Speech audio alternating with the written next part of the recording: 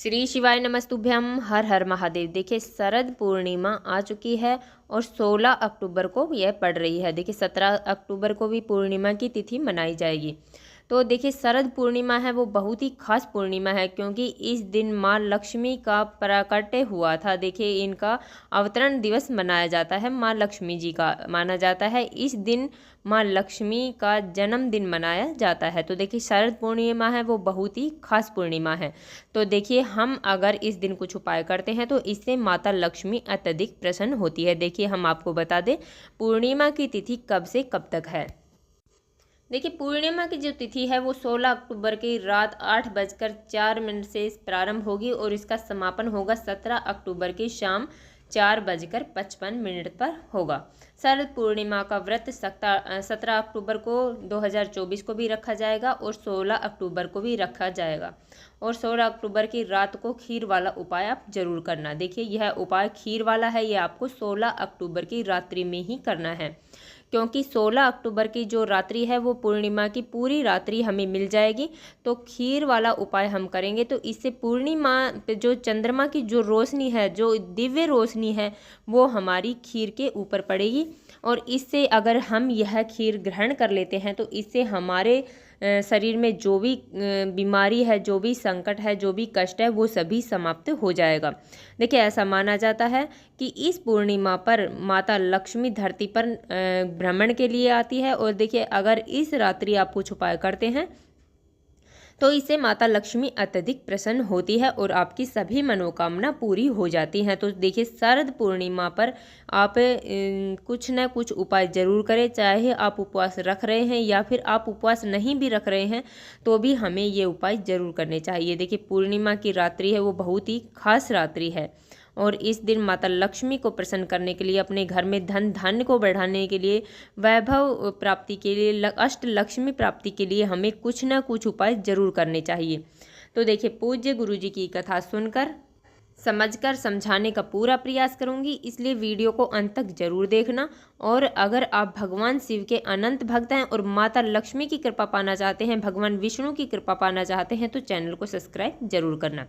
देखिए पूर्णिमा का व्रत वैसे तो भगवान विष्णु के लिए, माता लक्ष्मी के लिए किया जाता है, परंतु शरद पूर्णिमा है वो माता लक्ष्मी के लिए विशेष मानी जाती है। देखिए लक्ष्मी प्राप्ति के लिए विशेष मानी जाती है। तो चलिए चलते हम पहले उपाय की ओर। पहला जो उपाय है वह बहुत ही खास उपाय है, चंद्रमा में अर्घ देने वाला उपाय। देखिए करना क्या है, हमें सबसे पहले लेना है एक दीपक।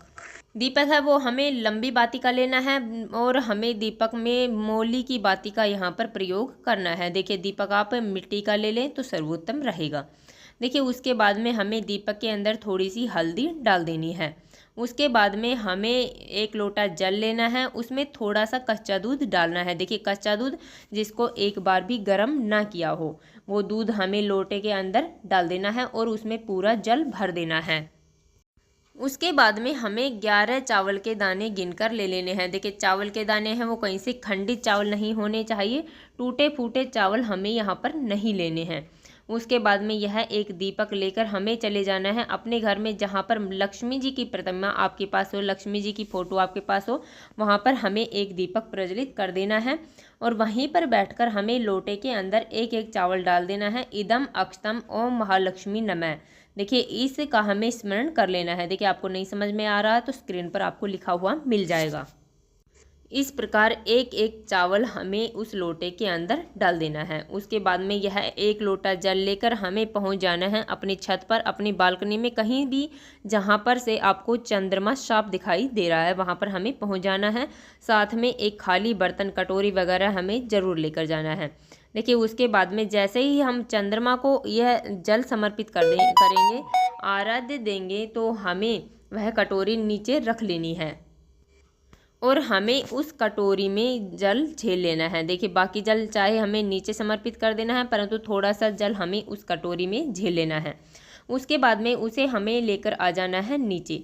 देखिए यह उपाय उन लोगों के लिए है जिनके घर में क्लेश बहुत ज़्यादा है, बच्चे बहुत ज़्यादा चिड़चिड़े हो रहे हैं, बात नहीं मान रहे हैं, उन व्यक्ति को ये उपाय करना है। देखिए उसके बाद में यह जल लेने के बाद में देखिए हम जैसे ही चंद्रमा का जल झेलेंगे उस जल से ही हमें यह उपाय करना है। देखिए उस जल में हमें थोड़ी सी हल्दी मिला लेनी है। उसके बाद में हमें एक घोल तैयार कर लेना है और हमें स्वास्तिक बनाने हैं। देखिए कहाँ कहाँ पर बनाने हैं, हमारे मुख्य द्वार पर हमें एक स्वास्तिक बना देना है, तुलसी जी के वहाँ पर हमें एक स्वास्तिक बना देना है, हमारे मटके के जहाँ पर हमारी रसोई है वहाँ पर हमारा मटका है वहाँ पर हमें एक स्वास्तिक बना देना है, और हमारा जहाँ पर हमें धन रखना है वहाँ पर हमें एक स्वास्तिक बना देना है। देखिए हमें इन जगहों पर एक एक स्वास्तिक जरूर बनाना है। तो देखिए यह बहुत ही अचूक उपाय है, शरद पूर्णिमा को यह उपाय आपको जरूर करना है, अन्यथा आप 1 साल के लिए इस मौके को गंवा देंगे। तो देखिए यह उपाय आज के दिन आप जरूर करें। चलिए चलते हम दूसरे उपाय की ओर। दूसरा जो उपाय है वह खीर वाला उपाय है, जो आपको आज की रात्रि में ही करना है, यानी 16 तारीख की रात्रि को ही यह उपाय करना है। देखिए हमें करना क्या है, हमें करनी है खीर तैयार। देखिए खीर है वो हमें गाय के दूध में बना लेनी है। उसके बाद में हमें भोग लगा देना है। भोग लगाने के बाद में हमें बची हुई सारी खीर को हमें अपनी छत पर ले जाकर, देखिए जहाँ पर चंद्रमा की रोशनी पूर्णतः खीर के ऊपर पड़ रही है उस स्थान पर ले जाकर हमें उस खीर को रख देना है। उसके बाद में देखिए हो सके तो हमें पूरी रात्रि उस खीर को छत पर ही रहने देना है, और अगर आपको पूरी रात्रि आप नहीं रखे रहने देना है तो हमें वह 40 मिनट 50 मिनट 2 घंटा कम से कम इतनी देर तो वहाँ पर रखना है, और बाद में उस खीर को हमें चंद्रमा के सामने ही खा लेना है। देखिए जैसे ही हम चंद्रमा के सामने यह खीर ग्रहण करेंगे तो हमारे शरीर की सभी बीमारियाँ समाप्त हो जाएंगी। देखिए अगर आप पूरी रात्रि इस खीर को रखते हैं तो हमें सुबह उठकर इस खीर को प्रसाद के रूप में पूरे परिवार में बांट देना है और हमें इसे खा लेना है। देखिए खीर वाला उपाय है बहुत ही सर्वोत्तम उपाय है। अगर आज की रात्रि में आप ये उपाय कर लेते हैं तो आपकी समस्त जो बीमारियां हैं वो समाप्त हो जाएगी, आपके घर में महालक्ष्मी का वास होगा। देखिए यह खीर खाना, चंद्रमा की रोशनी में खीर खाना बहुत ही शुभ माना जाता है। तो देखिए आज की रात्रि आप ये उपाय जरूर करें। चलिए चलते हम अगले उपाय की ओर। देखिए अगला उपाय है तुलसी जी के यहाँ पर। देखिए पूर्णिमा की रात्रि है तो हमें तुलसी जी के यहाँ पर एक दीपक जरूर लगाना चाहिए। तो हमें करना क्या है, हमें चावल के दाने ले लेने हैं। चावल के दाने वो कहीं से खंडित चावल नहीं होने चाहिए, टूटे फूटे चावल हमें यहाँ पर नहीं लेने हैं। देखिए उसके बाद में हमें चावल गिन कर ले सकते हैं या फिर आप बिना गिने भी इन चावलों को ले सकते हैं। उसके बाद में हमें एक दीपक लेना है। दीपक हमें चौमुखी दीपक यहाँ पर ले लेना है। देखिए चौमुखी दीपक लेने के बाद में हमें उसमें रुई की या फिर हमें मोली की बत्ती वहाँ पर बना लेनी है। लाल रंग की मोली की बत्ती हमें बना लेनी है। देखिए उसके बाद में हमें उसमें घी भर देना है और हमें चले जाना है जहाँ पर भी हमारे घर के आसपास, हमारे घर में कहीं भी तुलसी जी का पौधा है वहाँ पर उसे लेकर चले जाना है। देखिए उसके बाद में हमें तुलसी जी के पास वो चावल समर्पित कर देने हैं ओम महालक्ष्मी नमः का स्मरण करते हुए। देखिए उसके बाद में हमारे पास जो एक चौमुखी दीपक है उन चावलों के ऊपर वह चौमुखी दीपक हमें रख देना है। देखिए इस बात का हमें ध्यान रखना है कि उस दीपक से तुलसी जी को कोई हानि ना पहुँचे, व अन्यथा हमें बहुत बड़ा यहाँ पर पाप लग सकता है।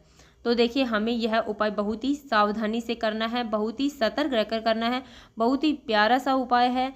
पूर्णिमा की रात्रि है, कहते हैं इस शरद पूर्णिमा की रात्रि में माँ लक्ष्मी स्वयं धरती पर भ्रमण के लिए आती है। तो देखिए हमें महालक्ष्मी के लिए कुछ न कुछ उपाय जरूर करने चाहिए जिससे वो प्रसन्न होगी और हमारे घर में अष्ट लक्ष्मियों का वास होगा और हमारे घर में कभी भी कोई भी धन धान्य की कमी नहीं रहेगी, नहीं कोई बीमारियां हमारे घर के अंदर प्रवेश करेंगी।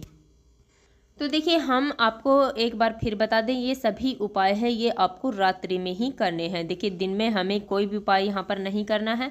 तो देखिए 3 महा उपाय हमने अपनी वीडियो में बताए हैं, आपको ये तीनों उपाय आज के रात्रि में करने हैं। तो देखिए हमने अपनी तरफ से समझाने की पूरी कोशिश की है। उम्मीद है आपको वीडियो समझ में आ गया होगा। अगर वीडियो अच्छी लगी तो लाइक करें, और अगर आप चैनल पर नए हैं और अभी तक आपने चैनल सब्सक्राइब नहीं किया है तो ऐसे ही छोटे छोटे उपायों को देखने के लिए प्लीज़ हमारे चैनल को सब्सक्राइब जरूर। श्री शिवाय नमस्तुभ्यम। हर हर महादेव। ओम महालक्ष्मी नमः।